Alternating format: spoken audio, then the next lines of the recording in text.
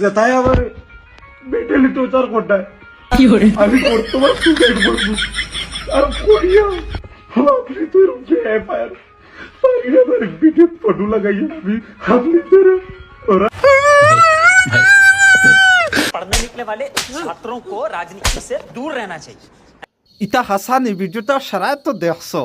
ভাই হেবিলে যতজনে রোস্ট মারছো তারে নিয়ে হেবিলে সারার ফটো লাগাই মরি যাব যেতকে রোস্ট মারছো নাগুলির বাল হাগুছি পড়ি যাব তুমি মরি গেলে